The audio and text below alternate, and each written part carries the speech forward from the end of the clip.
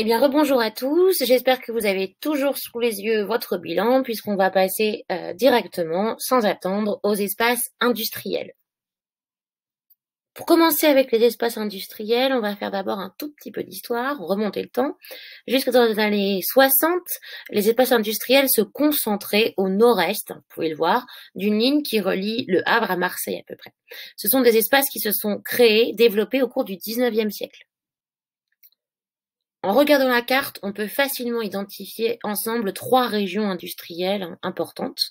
Pour commencer, la région parisienne, ensuite la région Rhône-Alpes et le nord-est de la France. La région parisienne ainsi que la région Rhône-Alpes ont su s'adapter au changement de la mondialisation. Ce n'est pas le cas du nord-est de la France.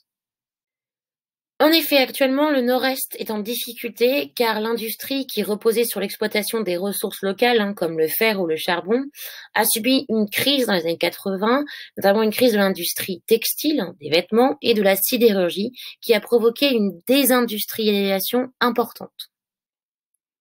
Cette désindustrialisation, c'est-à-dire cette disparition des industries, ces fermetures d'usines, est aggravée dans un contexte de mondialisation par la concurrence d'autres pays émergents et aux délocalisations, c'est-à-dire que les entreprises choisissent de transférer les usines de production dans des pays où la main-d'œuvre est moins chère.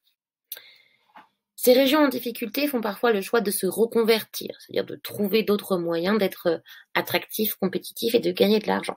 Cela pose des problèmes car il faut attirer et faire venir de nouvelles industries. Certaines régions en difficulté vont faire le choix de développer plutôt les services.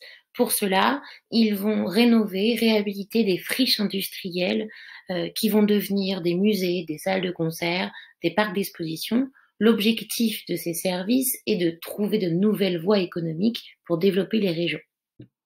À l'inverse du nord-est de la France, l'ouest et le sud du territoire sont les grands gagnants des changements qui sont apparus dans les années 70-80 avec la mondialisation.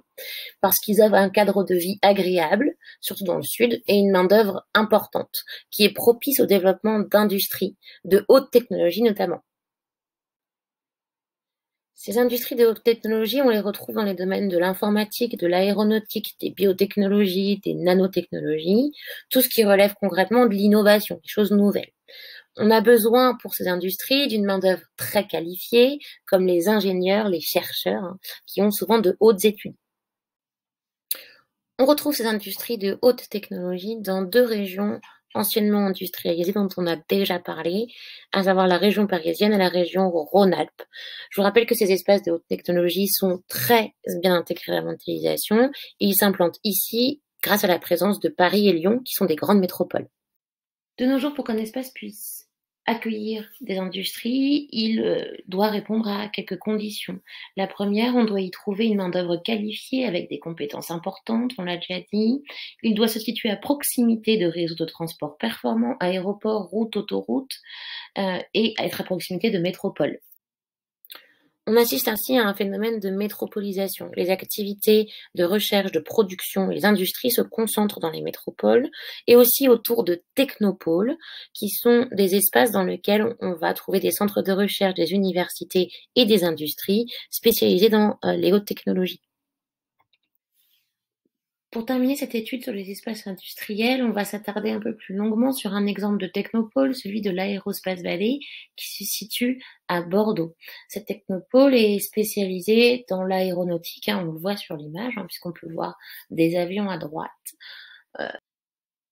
Sur cette photographie aérienne du technopôle de l'Aérospace Valley, on peut voir qu'on a regroupé au même endroit des industries comme Thales, spécialisée dans l'électronique, ou Dassault, spécialisée dans les pièces aéronautiques. Vous pouvez voir aussi un centre de recherche, Nova Space, ainsi qu'une université.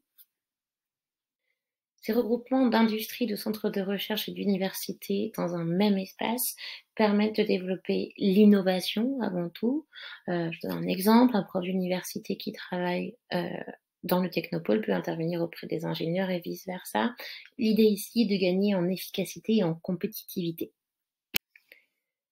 Je terminerai cette deuxième vidéo consacrée aux espaces industriels en vous montrant juste là la partie du bilan qui correspond.